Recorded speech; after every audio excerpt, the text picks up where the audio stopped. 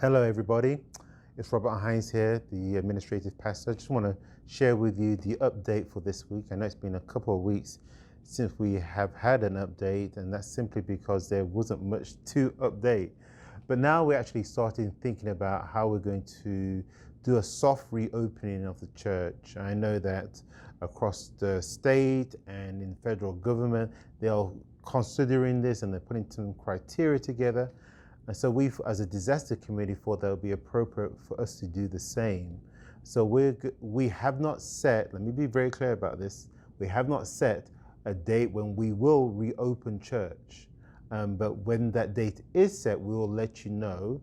But this will probably be the majority of the criteria for that to happen. So let's just go through some of these points. So first, to reopen church, we want the Florida Conference, we want the federal government, we want the state government and the county all to be in agreement that it's safe for us to reopen the church. So those four bodies have to be in agreement that it's safe for us to reopen the church, even in restricted manner.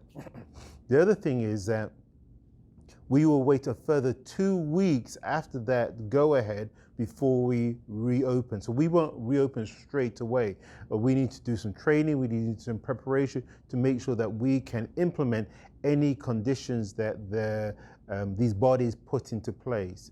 So when we do get permission to do so, we will wait a further 2 weeks before we reopen church.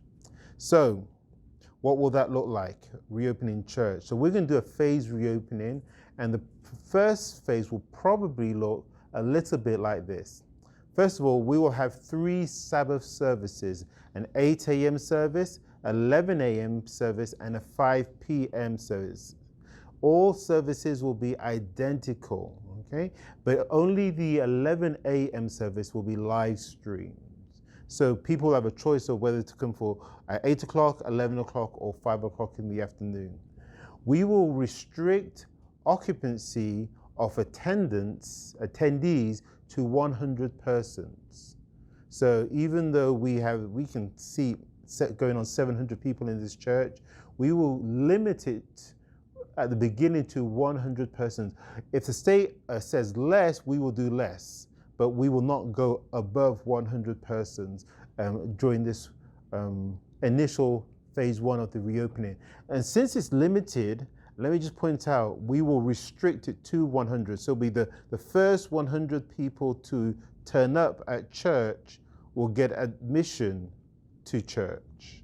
So it's a first come, first served basis. I know it kind of sounds hard that we're going to turn some people away, but that's the reality. We want to minimize the risk because we want to keep everybody safe. If you do get turned away because we are full, please be reassured that your spot will be reserved for you at the next service. So if you turned up at the 8 o'clock service and we were full, then don't worry, we will reserve a space for you at the 11 o'clock service, as long as you turn up on time, that is. Seating within the sanctuary will be limited to 1 every 3 rows. So not every other row as we do during communion, but 1 every 3 rows. The deacons and the ushers will guide you to your seats, and we are strongly encouraging and we want all family groups to sit together. So we don't want the parents here and the kids elsewhere, because that just complicates things. We want family groups to sit together. Entry to the church will only be via the north carport entrance. North carport entry. That's the only, all the other doors will be shut for entry. You can only enter through the north carport entry. And when you do come, your temperature will be taken. So the ushers and the deacons at the door will take your temperature.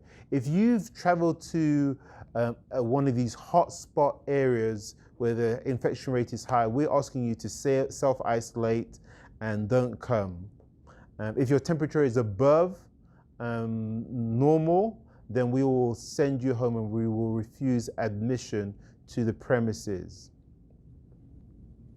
If you consider yourself to be in the at-risk group, then please do not come during phase 1 of our reopening. We still believe there's a possibility that you could still get infection because the infection is still going around. Okay? We are going to be asking everybody who attends church to wear a mask, every single person. So we're asking you to provide your own mask, but we're asking you to attend and wear a mask. And you'll be wearing a mask the entire time you're on the church premises. The only exception is that if you're speaking from the pulpit, then you can take your mask off while you're doing that. But apart from that, we'll encourage everybody to wear a mask.